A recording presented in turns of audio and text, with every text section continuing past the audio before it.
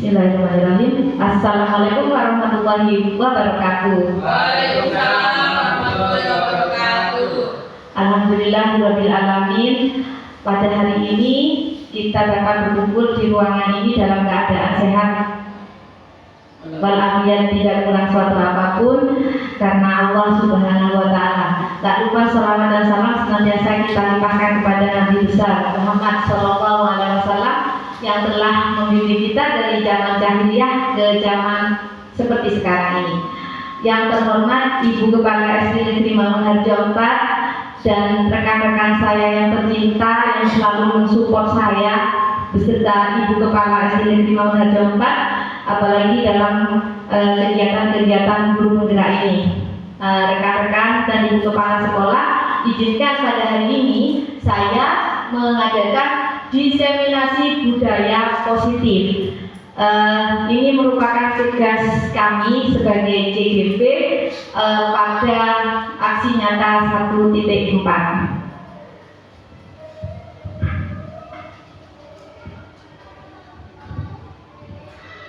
Adapun capaian yang ingin kita gali, capaian yang ingin kita ambil, kita pelajari pada hari ini adalah memahami peran sebagai guru untuk membangun budaya positif dengan menerapkan konsep disiplin positif dalam berinteraksi dengan murid. Bapak Ibu semuanya dan rekan-rekan semuanya, pastinya kita sudah tahu masalah disiplin positif ini. Sejak dulu kita sudah mempraktekkan. Mungkin hanya ada istilah-istilah baru saja yang akan terlintas dalam kegiatan-kegiatan dalam budaya positif ini. Sebenarnya budaya positif ini sudah sering kita lakukan di sekolah kita. Jadi bukan hal yang asing bagi peraturan, bagi anak-anak, serta bagi kita sebagai tenaga pendidik. Nah, Bapak Ibu kita izin dulu ya, minta waktunya untuk berdiri sebentar supaya mengikuti gerakan yang ada di sini. Beratas, tangan ke samping, burung yang terbang. Boleh sambil menyanyi. Selain itu bernyanyi. Putar-putar tangan diputar, gulung-gulung tangan digulung, putar-putar di pagar bundar, kiri atas bawah siap berdoa. Satu jari kiri,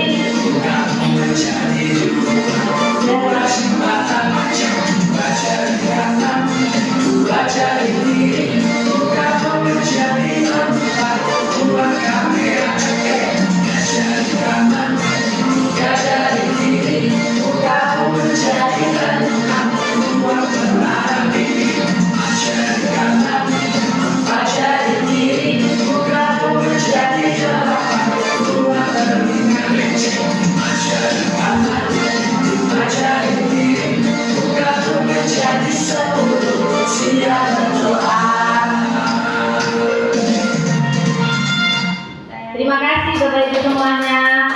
Ya, adapun kenapa saya mengambil SD Bintang ini? Yang pertama, saya mengajar di kelas 1. Yang kedua, supaya kita paham akan apa yang mau kita jelaskan ke anak-anak, budaya positif apa yang mau kita jabarkan ke anak-anak melalui lagu tersebut. Secara halus, lagu tersebut sudah meminta kita untuk siap berdoa. Nah, di situ kan ada nilai-nilai positif di setiap pembelajaran diawali dengan berdoa. Gitu Bapak Ibu ya. Adapun topik budaya positif kita pada hari ini, kita akan mempelajari disiplin positif dan nilai-nilai kebajikan universal. Kemudian yang kedua, teori motivasi, hukuman, dan penghargaan serta restitusi.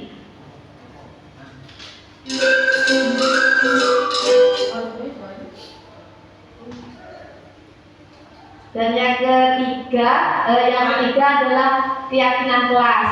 Yang keempat ini kebutuhan dasar manusia dan dunia berkualitas. Yang kelima adalah posisi kontrol, dan yang keenam yang terakhir adalah segitiga restitusi.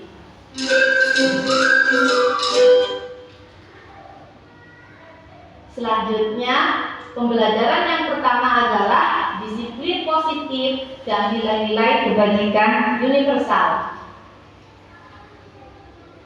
Nah, Bapak Ibu semuanya, jika kita melihat kata disiplin, apa yang terlintas di benak kita? Mungkin Bapak Ibu di sini ada yang kurun pendapat. Ini coba. Apa disiplin ya Bu Laili? Disiplin ini menurut saya itu adalah untuk menggerakkan atau mendidik kita untuk menjadi lebih tertib gitu mungkin dirinya. Untuk mentaati apa yang sudah di norma-norma yang sudah ada, untuk mentaati peraturan itu menjadi tanggung jawab kita untuk menjadi disiplin seperti itu. Terima kasih Bu Laili. Coba kita beri tepuk tangan supaya Bu Laili bisa bersemangat Bapak Ibu.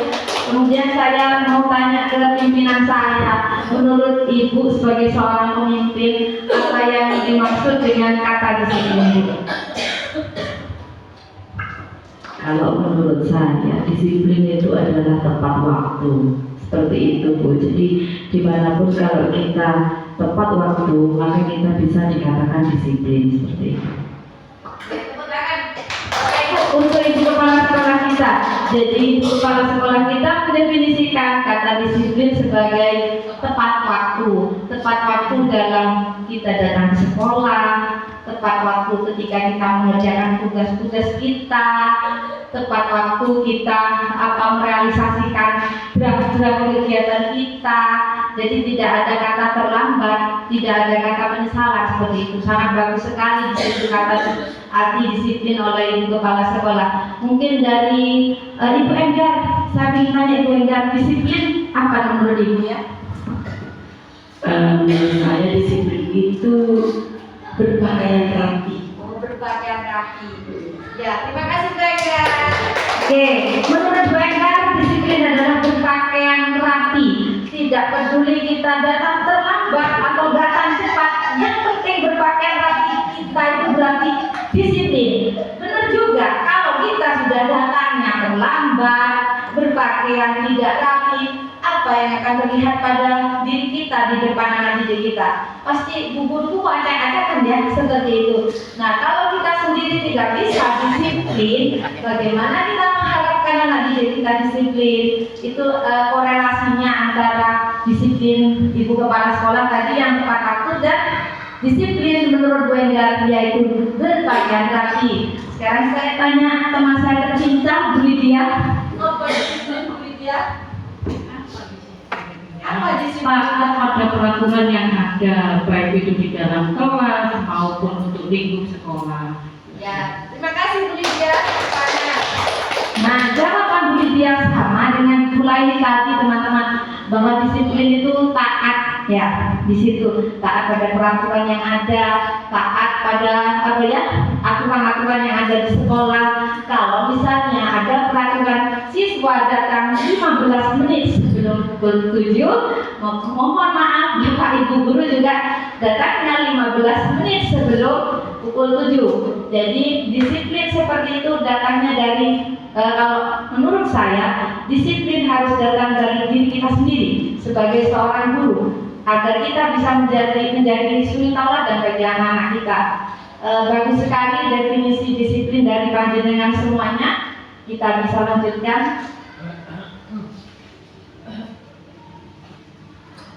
Nah, berdasarkan teori-teori yang sudah ada, apa makna disiplin? Berasal dari bahasa Latin, yaitu disiplina, artinya belajar. Jadi disiplin itu adalah belajar Bapak Ibu ya. Kita berada di tempat ini sama dengan panjenengan semuanya, bukan ada yang terbaik, terhebat, terpandai, tidak ada. Tapi kita sama-sama belajar bagaimana kita bisa menghargai waktu, bisa melaksanakan peraturan dengan tertib, bisa berdiri tegak di depan anak-anak ketika jam pelajaran, bisa menyelesaikan target-target pembelajaran yang ingin kita capai. Itu adalah definisi disiplin secara luas. Kemudian makna asal dari kata ini berkonotasi dengan disiplin diri dari murid-murid Sokrates dan Plato. Disiplin diri membuat orang menggali potensinya menuju sebuah tujuan apa yang dia hargai.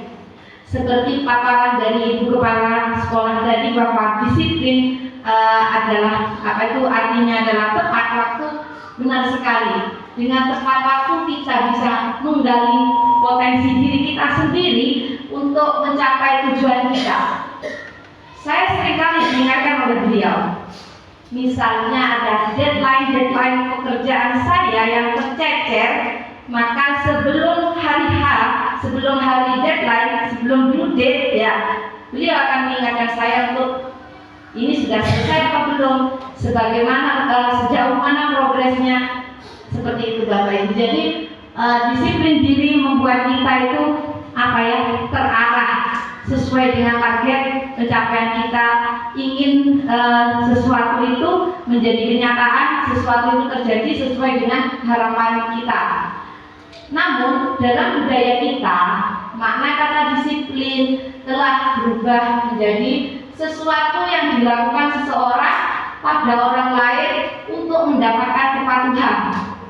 Saya sendiri sebagai guru, menurut saya disiplin itu anak patuh ke saya, anak mengikuti apa yang saya inginkan, kelas saya menjadi bersih, itu kata saya itu disiplin. Nah, lain-lain itu budaya kita ya, menurut budaya kita ya Bapak Ibu. Padahal arti disiplin itu sangat luas. Kecenderungan umum adalah menghubungkan kata disiplin dengan ketidaknyamanan, bukan dengan apa yang kita hargai atau pencapaian suatu tujuan mulia. Jadi dari kalimat ini, dari paparan ini, kita mengetahui bahwa disiplin itu adalah sesuatu yang gak enak karena sifatnya memaksa. Misalnya ada murid kita yang kebiasaan bangunnya itu terlambat, jadi datang ke sekolah terlambat. Kalau kita berdiri di depan, besok kamu harus datang jam sekian, maka anak itu akan merasa terpaksa. Alangkah baiknya kalau disiplin itu datang dari diri kita sendiri.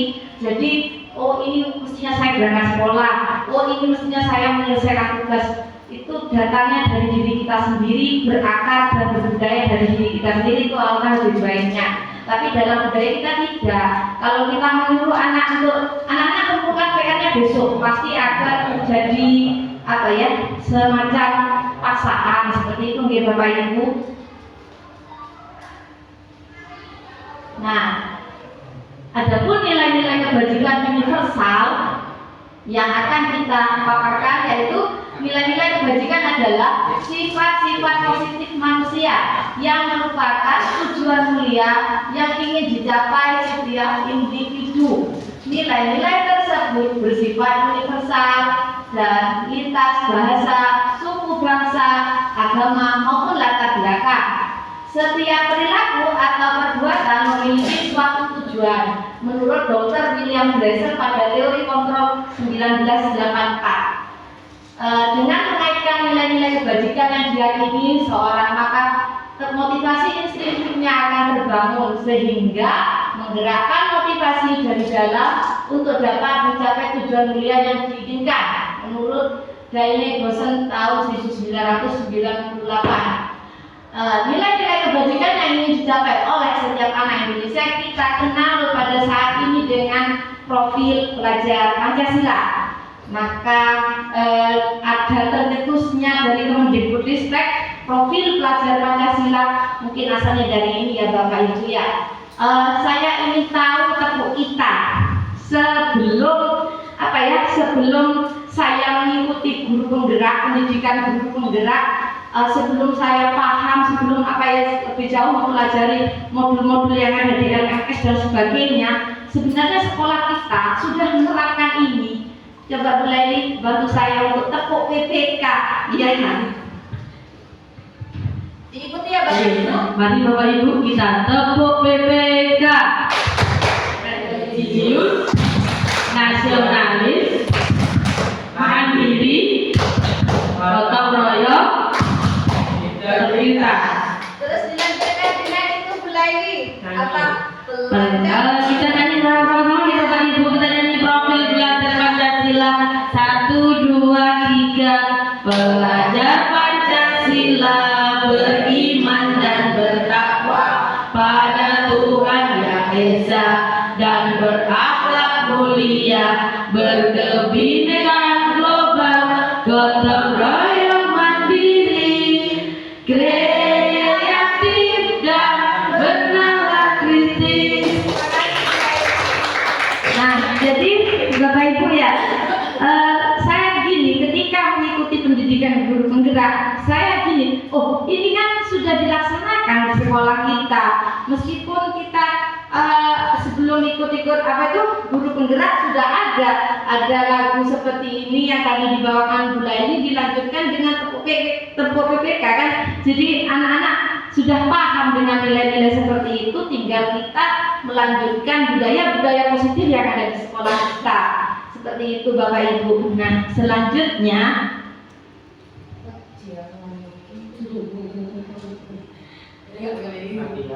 kita sampai pada pembelajaran kedua, yaitu teori motivasi, hukuman, dan penghargaan serta restitusi. Nah, Bapak Ibu, teori motivasi perilaku manusia itu ada 3 di sini. Mbak Guru, mohon dibacakan Pak Ju. Teori motivasi perilaku manusia. 1. Untuk menghindari ketidaknyamanan atau hukuman. Apa yang akan terjadi apabila saya tidak melakukannya? 2. Untuk mendapatkan imbalan dari orang lain atau institusi. Apa yang akan saya dapatkan apabila saya melakukannya? 3. Untuk menghargai diri sendiri. Saya akan menjadi orang yang seperti apabila saya melakukan. Terima kasih Pak Ju. Ya, Bapak Ibu, Teori motivasi perilaku manusia di sini ada 3. Yang pertama, untuk menghindari ketidaknyamanan atau sebuah hukuman, kita akan sering berpikir, jika saya tidak melakukan ini, dampaknya ke saya apa ya? Berarti itu kan motivasi eksternal, ya. Misalnya saya tidak pakai helm, pasti saya akan ditilang sama polisi. Bukan dari diri kita, karena kan kita takut ke pak polisinya. Jika saya tidak pakai helm, pasti polisi akan melihat saya dan saya akan dijegat seperti itu. Sama dengan murid kita, kalau saya datang terlambat ke sekolah, pasti saya dipanggil oleh Bu Lili atau Bu Laili maju ke depan. Nah, anak-anak takutnya bukan berasal dari dirinya sendiri. Itulah yang disebut dengan motivasi eksternal karena datangnya dari luar. Nah, kemudian ini lagi. Yang kedua, untuk mendapatkan imbalan dari orang lain atau institusi. Kalau saya melakukan ini, saya akan dapat apa sih? Kalau saya patuh sama Bu Laili, kira-kira Bu Laili ngasih saya nilai bagus gak? Nah, itu juga karena orang lain Bapak Ibu, maka itu disebut dengan motivasi eksternal. Kita melakukan sesuatu karena orang lain, karena hal-hal lain, itu adalah motivasi eksternal.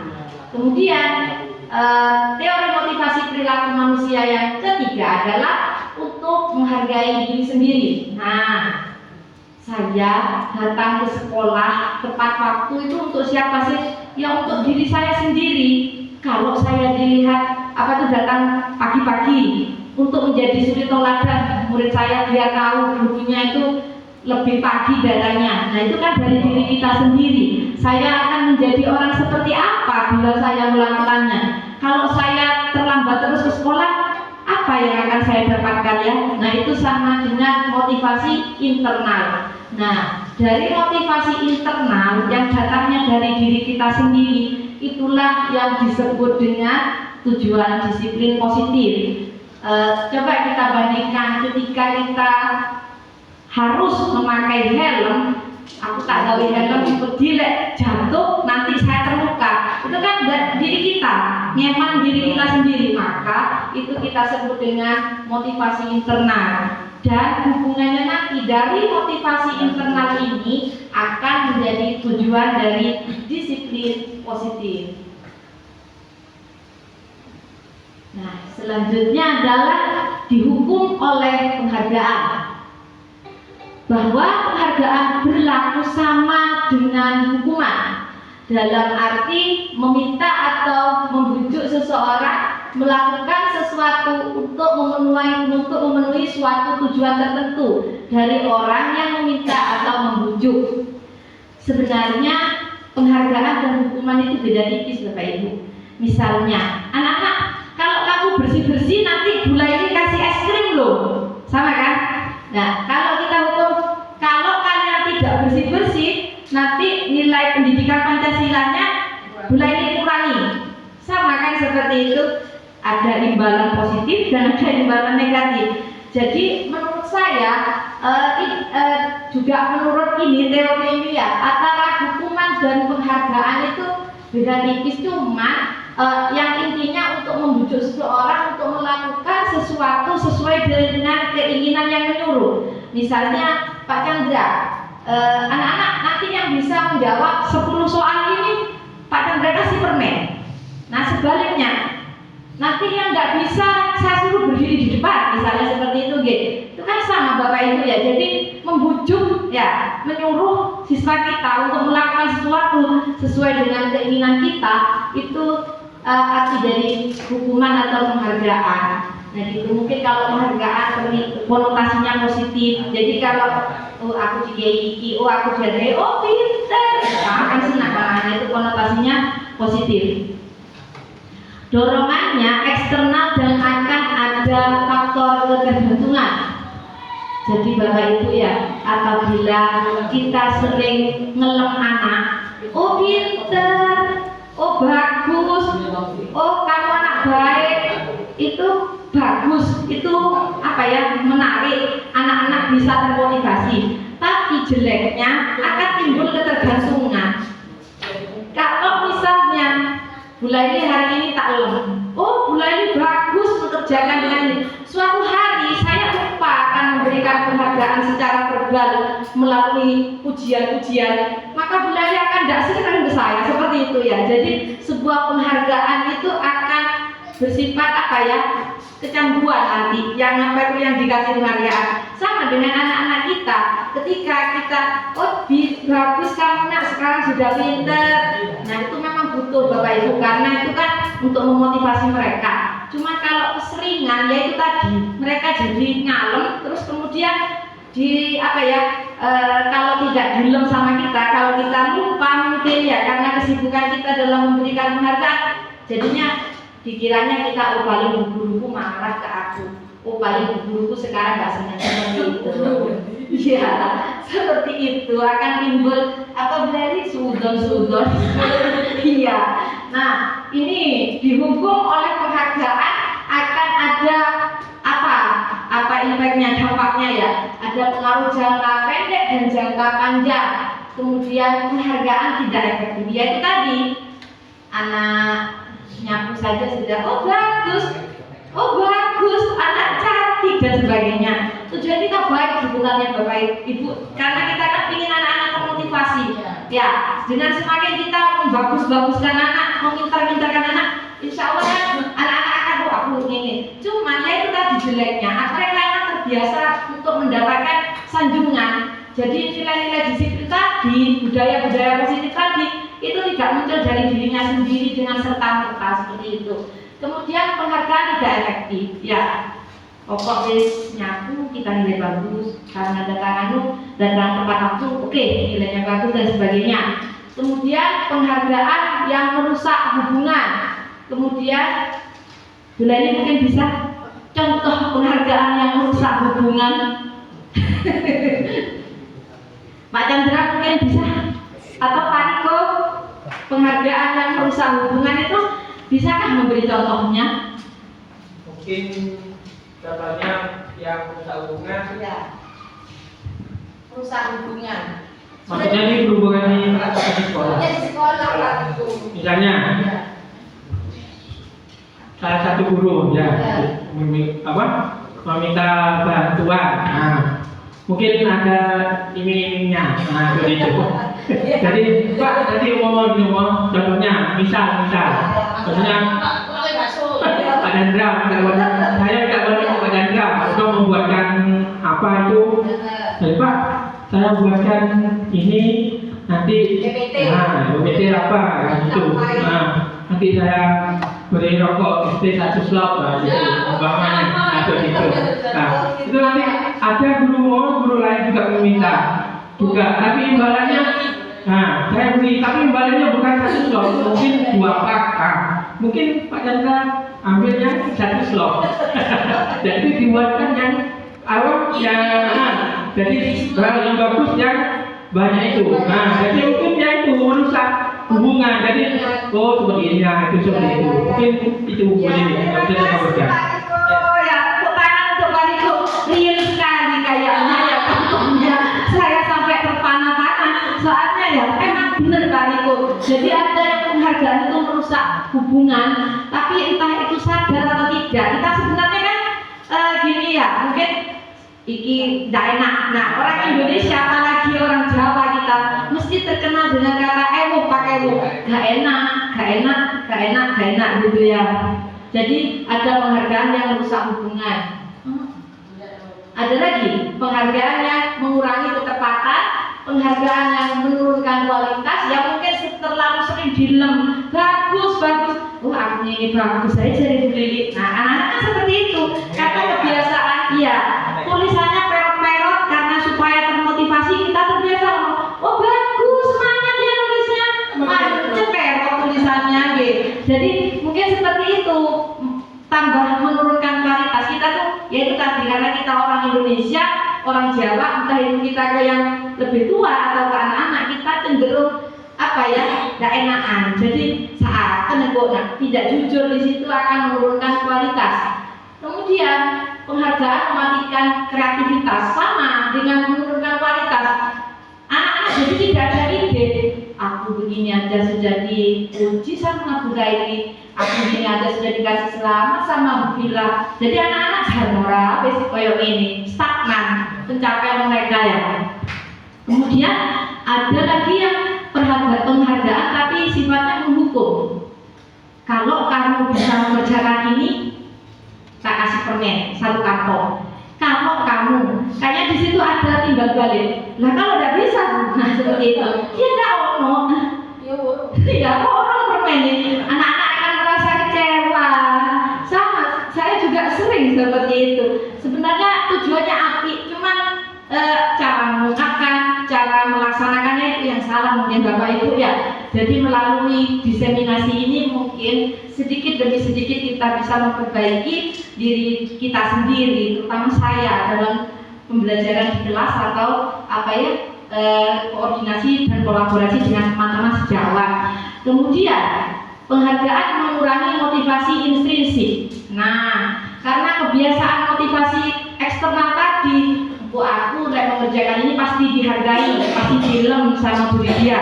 Makanya motivasi eksternalnya karena seorang guru, anak-anak pasti akan seperti itu sudah kebiasaan. Tidak ada dalam dirinya sendiri yang jiwanya itu untuk berdisiplin, jiwanya untuk mematuhi aturan, tidak ada. Karena kalau tidak ada guru, kalau tidak ada kita, maka mereka akan seperti itu. Coba kalau misalnya ada Bapak Ibu semuanya akan tertib seperti itu.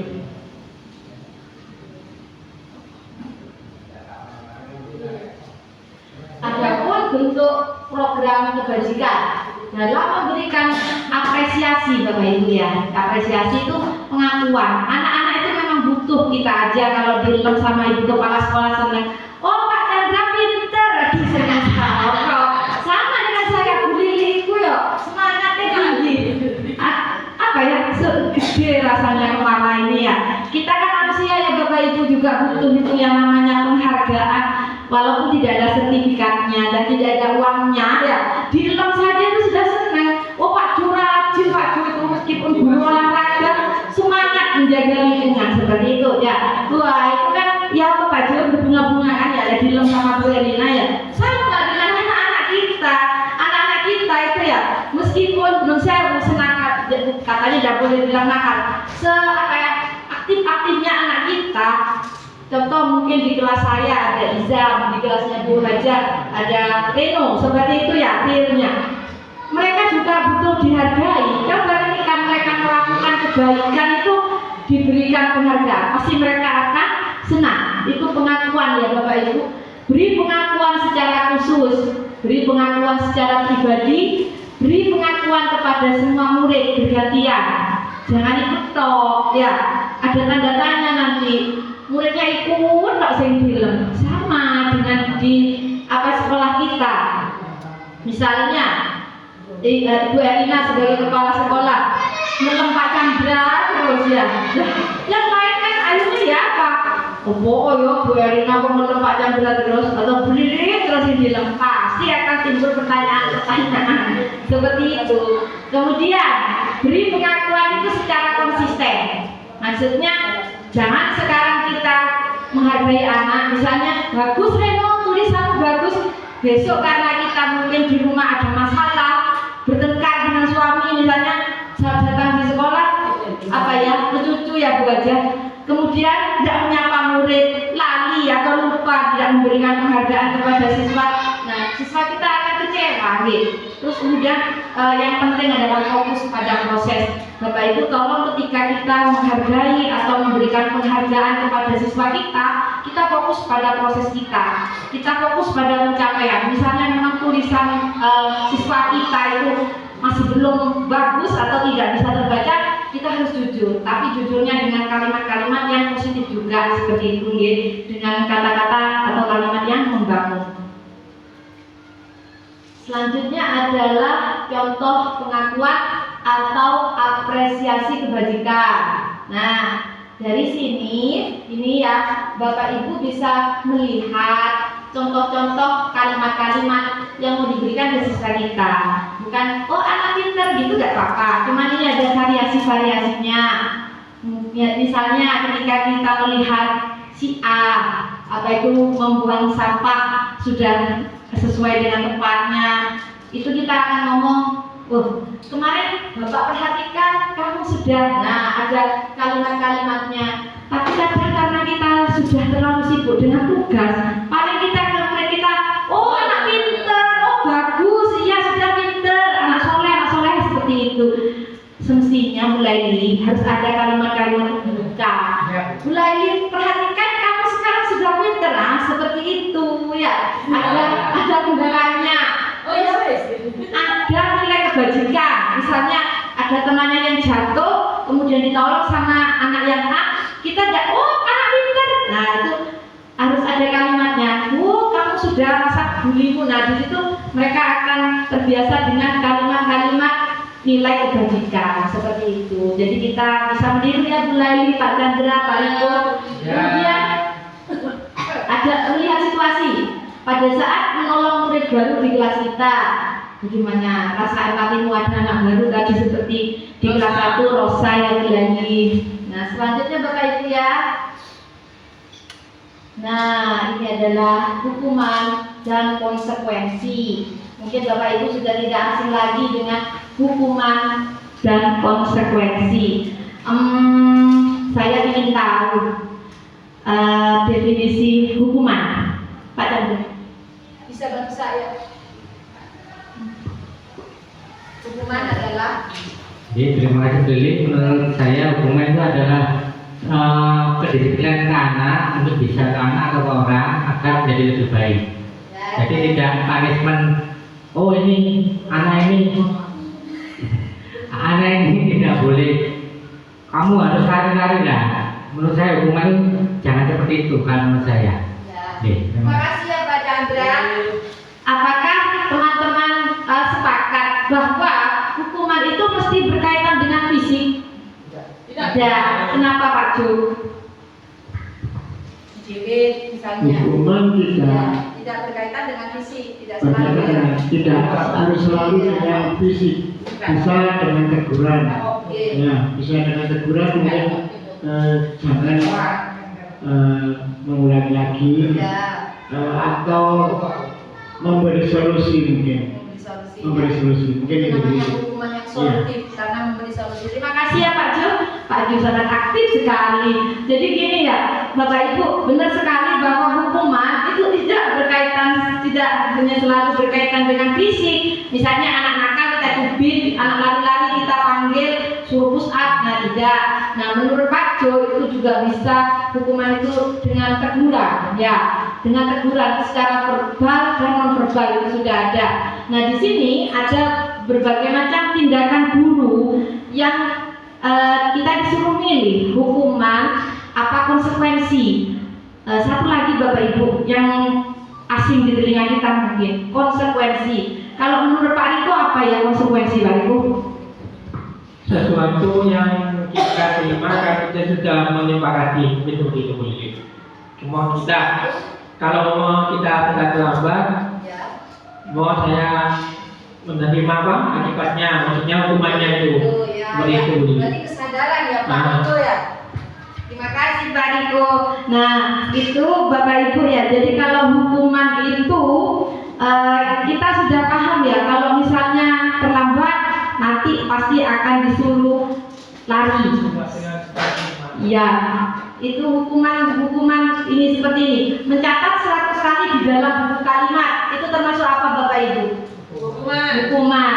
Kalau lari mengelilingi lapangan basket, apa? Hukuman. Kemudian murid diminta untuk push up. Hukuman. Menggantikan kertas tugas teman yang telah dicoret-coret. Konsekuensi. Membersihkan tumpahan air di meja tulis karena tersenggol pada saat belajar. Konsekuensi. Murid disuruh tidak mengenakan sepatu seharian karena apa itu tidak sepatu hitam. Hukuman, ya kan? Jahat sekali masa muridnya tidak usah pakai sepatu seharian karena sepatunya dari hitam. Terus lari mengelilingi lapangan basket 2 kali karena terlambat 10 menit untuk pelajaran PJOK Pak Jo. Itu termasuk hukuman kan ya? Iya. Tapi gini Bapak Ibu ya, hukuman itu benar kata Pak Jo tidak harus selalu dengan fisik. Dan yang dilihat di sini adalah fisik semua ya Pak Jo ya. Suruh lari, suruh push up seperti itu kan itu berhubungan dengan tenaga anak-anak dan itu mungkin sudah tidak kita tinggalkan lagi hal-hal yang seperti itu. Kita tidak pernah ya di sekolah kita memberikan hukuman sampai sehebat itu. Nah, kalau konsekuensi itu datangnya dari diri kita sendiri, dari kesadaran diri kita, itu yang sulit Bapak Ibu ditumbuhkan ke anak-anak ya. Misalnya tidak sengaja menyenggol tempat minumnya atau tumblernya sampai airnya tumpah. Kita bisa perhatikan anak-anak kita, apa yang mereka lakukan, apakah mereka berlalu pergi atau mereka membersihkan dan mengganti seperti itu kan konsekuensi. Itu datang dari dirinya sendiri. Kemudian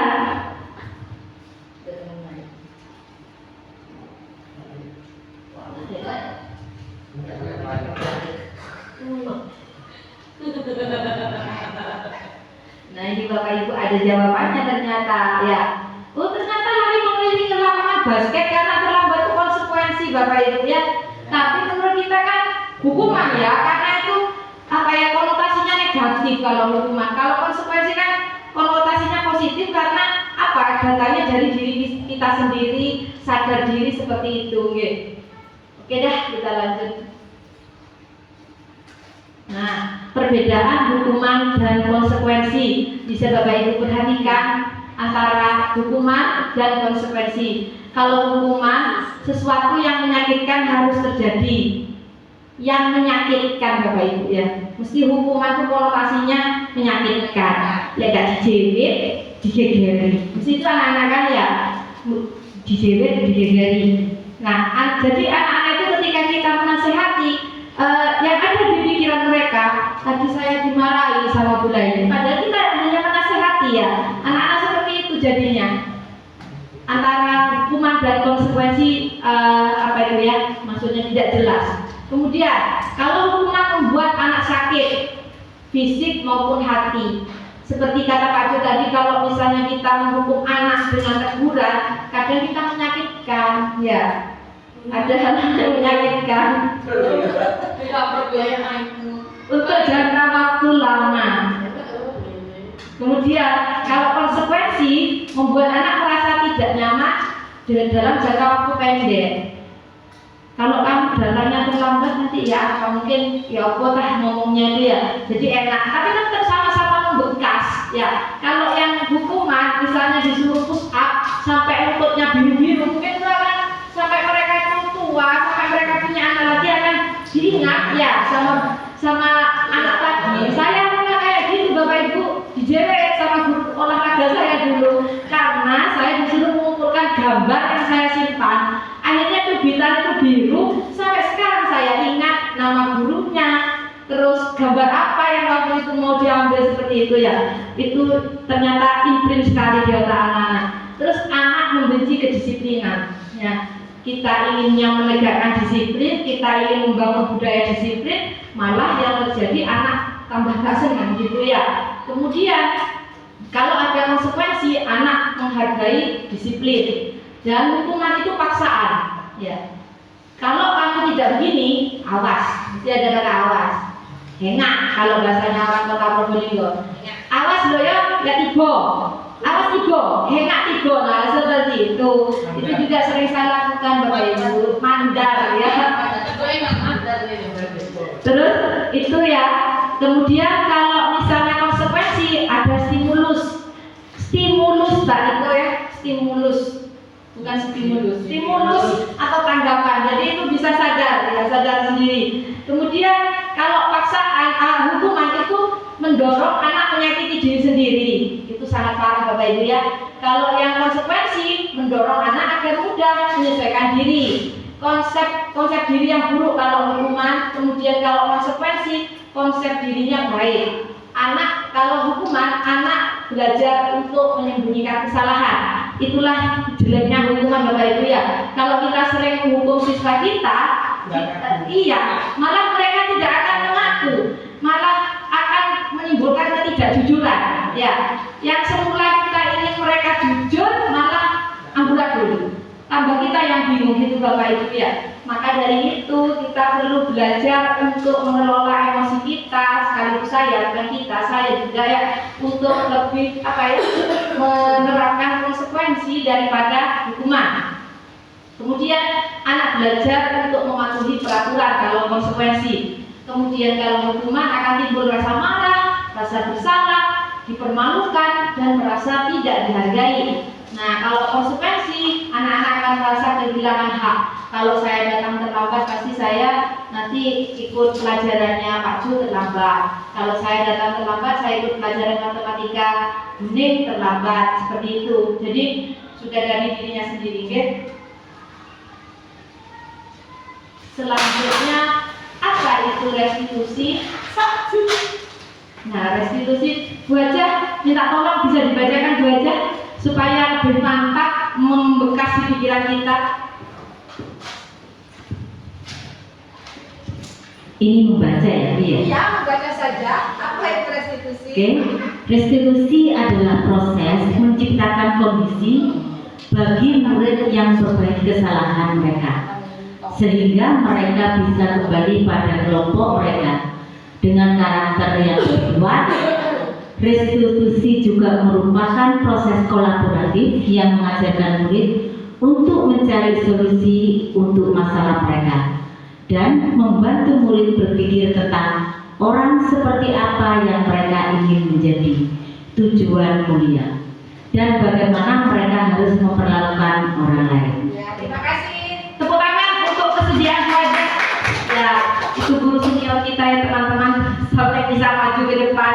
Ya, terima kasih sekali lagi Bu Haja. Restitusi itu lebih apa ya, kalau menurut saya telah mempelajari modul ini, restitusi itu tingkatannya lebih tinggi. Yang pertama itu adalah hukuman, yang kedua itu adalah konsekuensi, yang lebih tinggi lagi adalah restitusi ya. Karena restitusi adalah proses menciptakan kondisi bagi murid untuk memperbaiki kesalahan mereka sehingga mereka bisa kembali pada kelompok mereka dengan karakter yang lebih kuat. Karakter yang lebih kuat itu tumbuh bukan karena dipaksa, bukan karena dibebani guru, bukan ya, itu karena sadar diri ya. Oh iya, kalau saya begini saya akan begini, itu bukan kita yang menyuruh, tapi itu datang dari anak-anak sendiri gitu. Kemudian restitusi adalah proses kolaboratif yang mengajarkan murid untuk mencari solusi untuk masalah mereka. Jadi restitusi itu pengembangannya siswa kita bisa mencari solusi sendiri. Misalnya aku tadi ini telat ya opo ya supaya iso tadi bangun pagi kemudian datang tidak terlambat, itu mereka sudah bisa memikirkan sendiri tanpa kita yang memaksa, tanpa pasang alarm, tanpa orang tuanya pun yang menyuruh, itu anak-anak sudah bisa. Dan membantu murid berpikir tentang orang seperti apa yang mereka ingin menjadi tujuan kuliah. Sangat bagus sekali ya kalau sejak anak-anak sudah punya karakter atau pikiran, saya ingin menjadi orang yang mulia, saya ingin menjadi orang yang baiklah, dalam artiannya seperti itu sudah bagus sekali. Dan bagaimana mereka harus memperlakukan orang lain. Nah itu senantiasa meskipun secara eksplisit saya jelaskan ke anak-anak, kalau kamu tidak mau dicubit, jangan cubit orang lain, seperti itu. Nah dari situ saya ingin stimulus anak-anak, kalau kita tidak ingin disakiti orang lain, jangan menyakiti orang lain.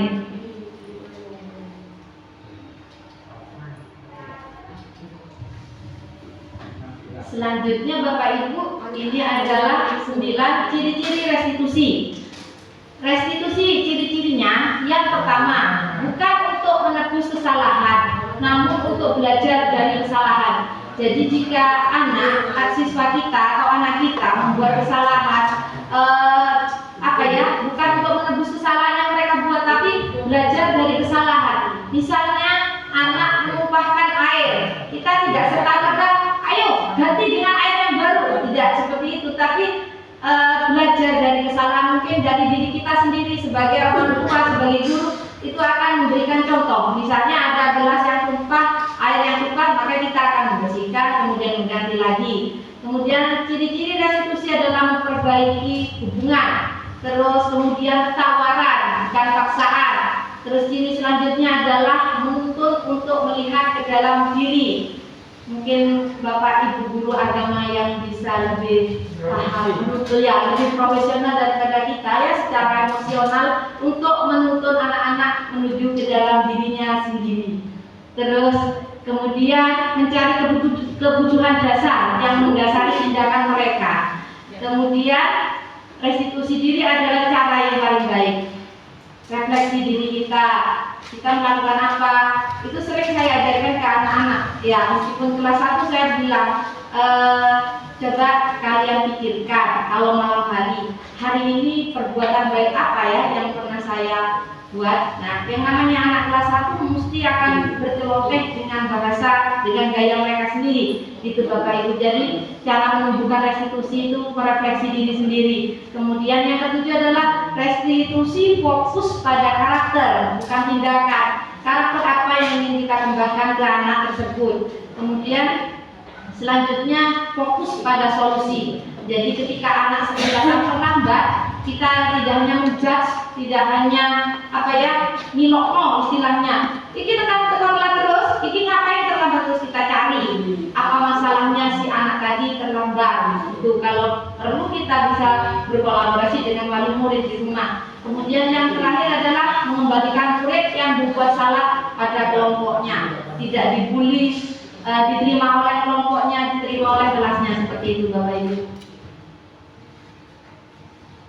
Selanjutnya adalah pembelajaran ketiga, yaitu keyakinan kelas. Nah, keyakinan kelas lebih sama dengan ada gawe jenis peraturan kelas ya. Konotasinya yang ada di pikiran kita ketika kita ngomong keyakinan kelas atau peraturan kelas, enaknya lebih mana Bapak Ibu? Keyakinan kelas apa keyakinan kelas apa peraturan? Keyakinan kelas. Karena kalau peraturan itu biasanya datangnya dari satu orang, gurunya langsung diktator, tidak boleh datang terlambat, harus kerjakan PR, harus gini, dan gitu ya. Tapi kalau keyakinan kita diskusi, kira-kira anak-anak apa sih yang harus kita lakukan hari ini, seperti itu. Rasanya anak-anak itu lebih senang Bapak Ibu untuk diajak ngomong daripada kita yang ngomong. Pertama harus begini, harus gini. Nah itu peraturan. Mengapa kita memiliki peraturan harus menggunakan helm bila mengendarai kendaraan roda 2? Nah Pak Polisi itu kan mesti seperti itu. Kalau ada tulisannya wajib memakai helm, kita tidak enak kan melihat atau membaca kalimat tersebut wajib memakai helm. Nah ya, terus kemudian mengapa kita memiliki peraturan 3M, menggunakan masker, mencuci tangan dan menjaga jarak 1,5 meter? Mengapa kita memiliki peraturan harus datang tepat waktu pada waktu mengikuti pelatihan atau pelajaran? Nah itu harus timbul dari diri kita sendiri. Jadi itu disebut dengan keyakinan kelas. Nah ini Bapak Ibu ya, circle-nya budaya positif itu datangnya dari mana? Dari kesepakatan kelas.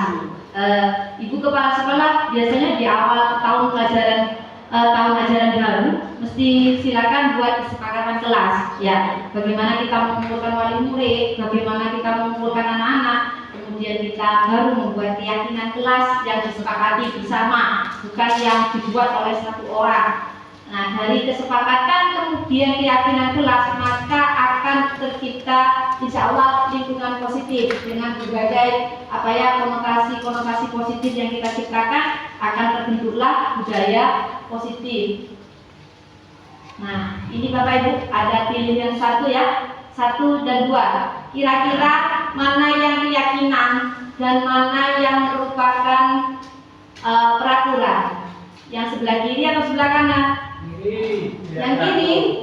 Pilihan 1 apa pilihan 2? Pilihan 1 itu apa Bu Laili? Ya, bukan peraturan atau keyakinan. Pilihan 1 keyakinan. Kalau yang pilihan 2? Sama apa namanya? Keyakinannya bukan 2. Iya, coba kulit ya, yang ngomong kulit ya. Yang keyakinan mana, yang peraturan mana? Yang nomor 1 keyakinan atau yang nomor 2? Keyakinan nomor 2. Keyakinan itu nomor 2, kalau peraturan di nomor 1. Peraturan di nomor 1. Berdoa sebelum dan sesudah pelajaran. Iya. Coba pegang, sepakatkah dengan Bu Lydia? Sepakat. Sepakat. Ya, karena datang tepat waktu dan mengucapkan salam itu sudah masuk dalam peraturan. Sedangkan kami guru adalah orang yang disiplin, itu keyakinan. Karena ada yang tidak yakin bahwa dirinya tidak disiplin. Iya, iya. Terima kasih Bu Lydia dan Bu Enggar ya. Jadi memang benar kalau yang pilihan pertama itu adalah peraturan, kalau yang pilihan kedua itu adalah keyakinan. Jadi apa yang kita yakini bersama bukan bersumber dari satu orang, bukan bersumber dari yang membuat peraturan saja seperti itu, gitu. Nah ini Bapak Ibu mungkin bisa diadopsi antara peraturan dan keyakinan kelas ya. Kalau Bapak Ibu terapkan, ini bisanya ya kita bisa senantiasa melakukan ini. Cuma alangkah baiknya ketika kita di awal tahun ajaran baru kita membuat kesepakatan kelas ya. Kalau saya dibantu oleh wali murid, kalau Bapak Ibu guru yang di kelas tinggi mungkin sudah bisa berdiskusi secara terbuka dengan anak-anak. Jadi peraturan antara kita tidak usah melihat peraturan mungkin sangat penting untuk untuk menjaga disiplin kita. Cuma keyakinan kelas itu lebih bagus untuk digunakan, akan menimbulkan budaya-budaya positif, misalnya tanggung jawab, menghormati orang lain serta berkomitmen, keselamatan dan sebagainya.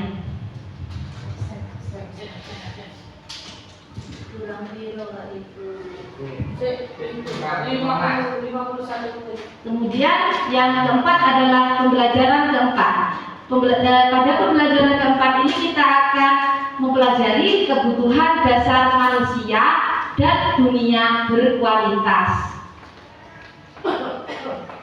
Nah, ini ada 5 kebutuhan dasar manusia Bapak Ibu. Kalau kita baca sangat panjang sekali paparannya. Yang 5 kebutuhan dasar manusia yang pertama yaitu yang ada di tengah. Apa Bu Laili yang di tengah itu Bu Laili? Bertahan. Iya, bertahan hidup, survive. Kemudian lanjut kanan kiri dan samping atas bawah itu ada penguasaan, ada kasih sayang dan rasa diterima, ada kebebasan dan ada kesenangan. Itu adalah manusiawi ya Bapak Ibu. Misalnya kita dalam rapat kok bosan ya. Nah itu manusiawi, itu adalah kebutuhan dasar kita bahwa kita kepingin bebas seperti itu ya. Kemudian bosan di sekolahan, cobalah ke shopping. Nah itu kesenangan ya, kesenangan kita itu kebutuhan dasar kita juga. Kita tidak bisa mengabaikan hal seperti itu dan sebagainya. Ini Bapak Ibu, saya hanya ingin bertanya ini ya. Ini kejadian yang ada di kelas kita sering, di kelas saya juga sering. Apa yang Bapak Ibu guru lakukan apabila menjumpai salah satu siswa yang sering tertidur ya dalam pembelajaran dalam kelas? Saya ingin panjenengan ditulis di kertas. Ini ada ya. Satu lembar berapa dia? Di sini sih.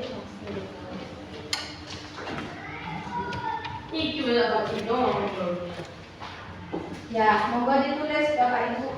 Kalau melihat muridnya sering tidur di kelas, apa yang Bapak Ibu lakukan?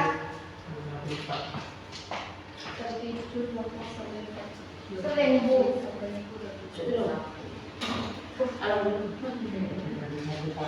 Iya. Lebih dari satu kali, misalnya, dan itu terjadi pada satu anak saja. Misalnya si A ini kalau misalnya jarang atau apa, mungkin bisa kita toleransi. Mungkin dia sakit, mungkin dia capek. Tapi misalnya di satu kelas itu ada namanya Iwan. Nah Iwan ini tidur terus setiap hari. Itu kan ada yang ingin kita ketahui seperti itu. Dan apa langkah-langkah panjenengan? Mungkin kita bisa saling sharing ataupun bisa kita adopsi. Kalau sudah bisa ditempel ya Bapak Ibu di kertas plano.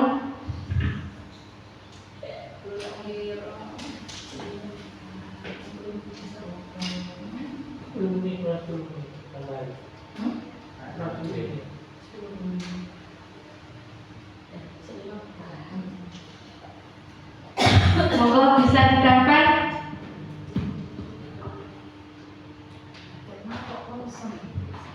Iya, kosong untuk menempel. Mungkin di yang putih saja Bu. Nggih. Yang di atas saja Bu. Nggih. Terima kasih. Bapak Ibu, Silakan ditempel solusinya jika kita melihat siswa kita yang sering dan itu saja seperti itu.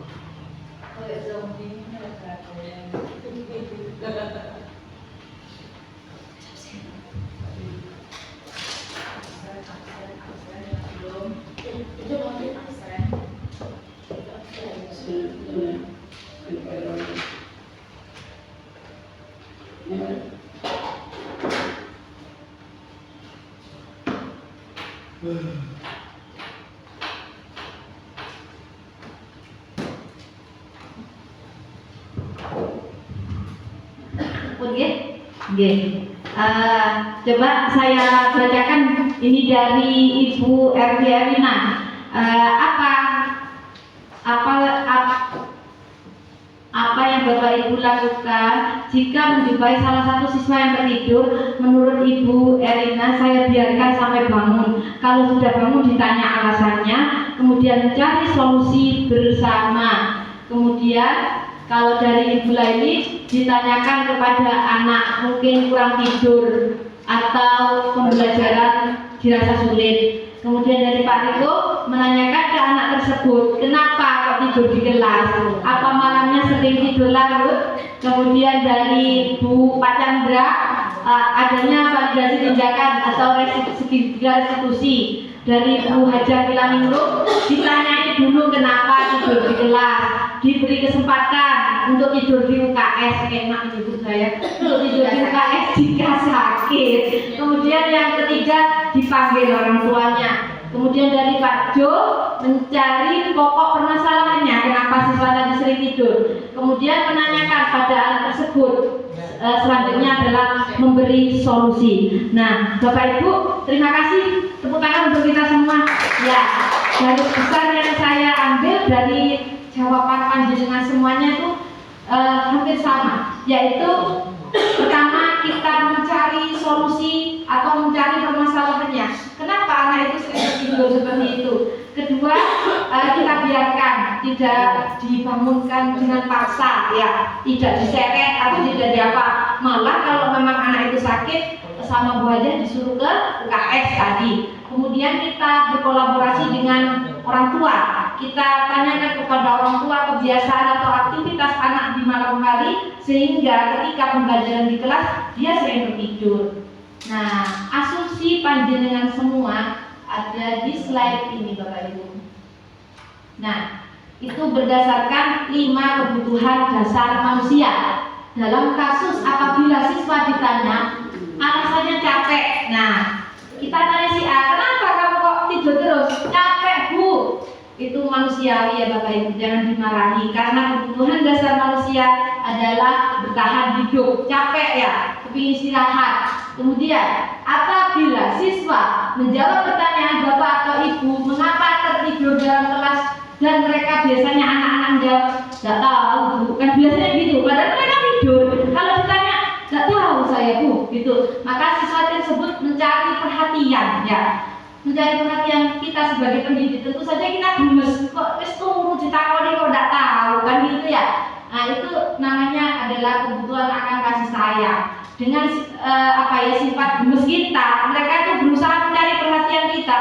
Oh iya, anak ini berarti ada apa dengan anak ini kok sampai seperti itu. Kemudian apabila jawaban siswa adalah dia merasa hebat karena tidak takut ditegur oleh guru. Biasanya ini ada anak yang wadul, ini tidur Bu, nggak takut soalnya sama Bu Laili, kalau tidur nggak apa-apa. Nah, itu mungkin kebutuhan dasarnya disebut kekuasaan. Merasa, oh aku ini berkuasa, dia terbuka gitu ya Bapak Ibu. Kemudian jika siswa dalam kasus di atas merasa bosan dan jenuh dengan pembelajaran serta aktivitas belajar kita di kelas, itulah sifat manusia dengan kebutuhannya akan kebebasan. Mereka ingin istirahat, ya.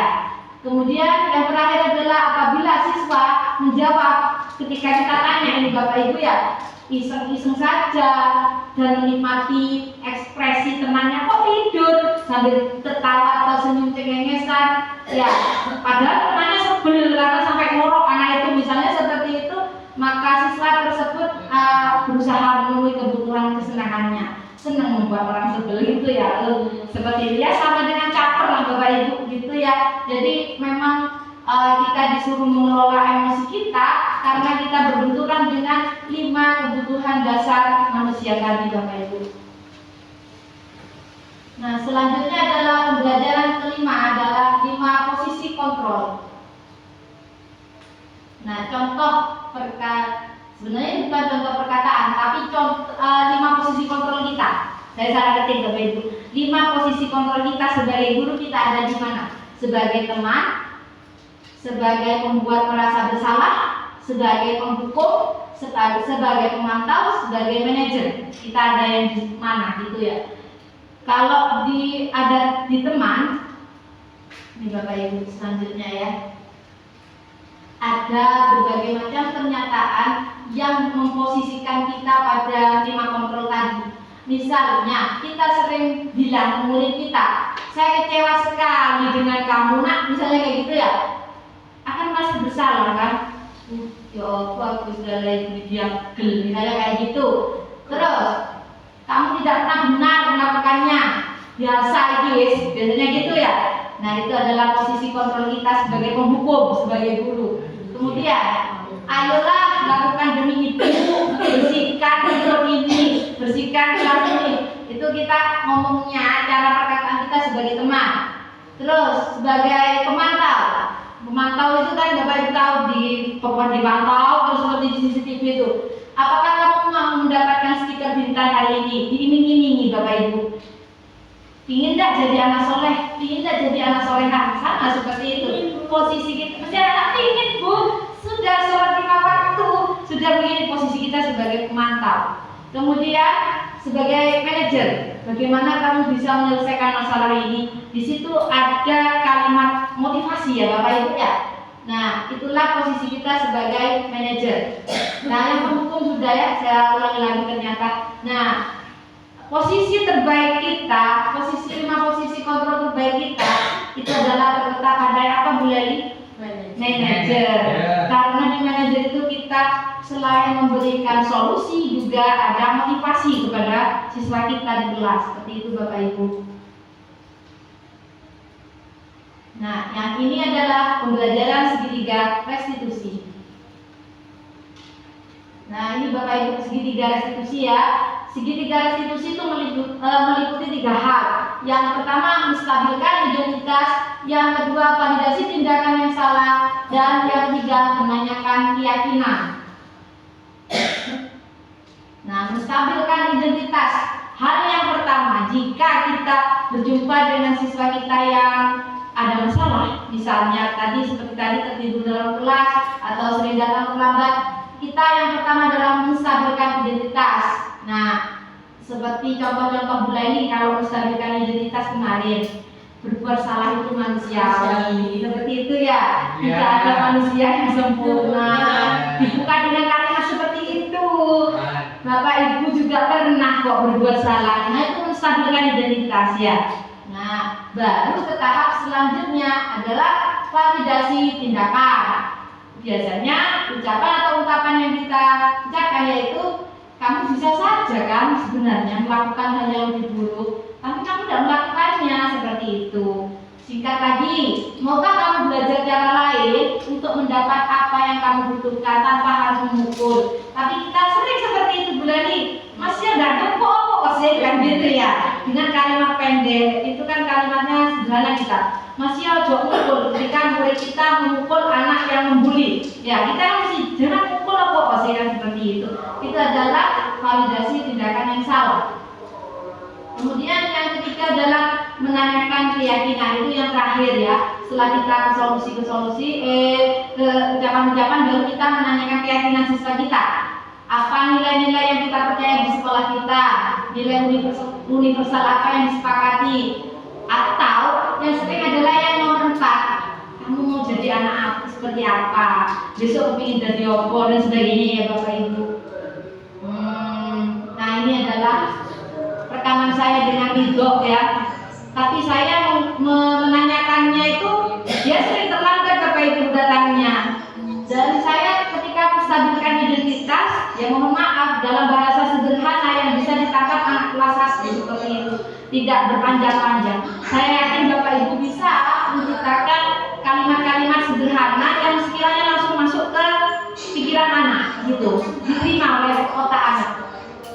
Nah itu.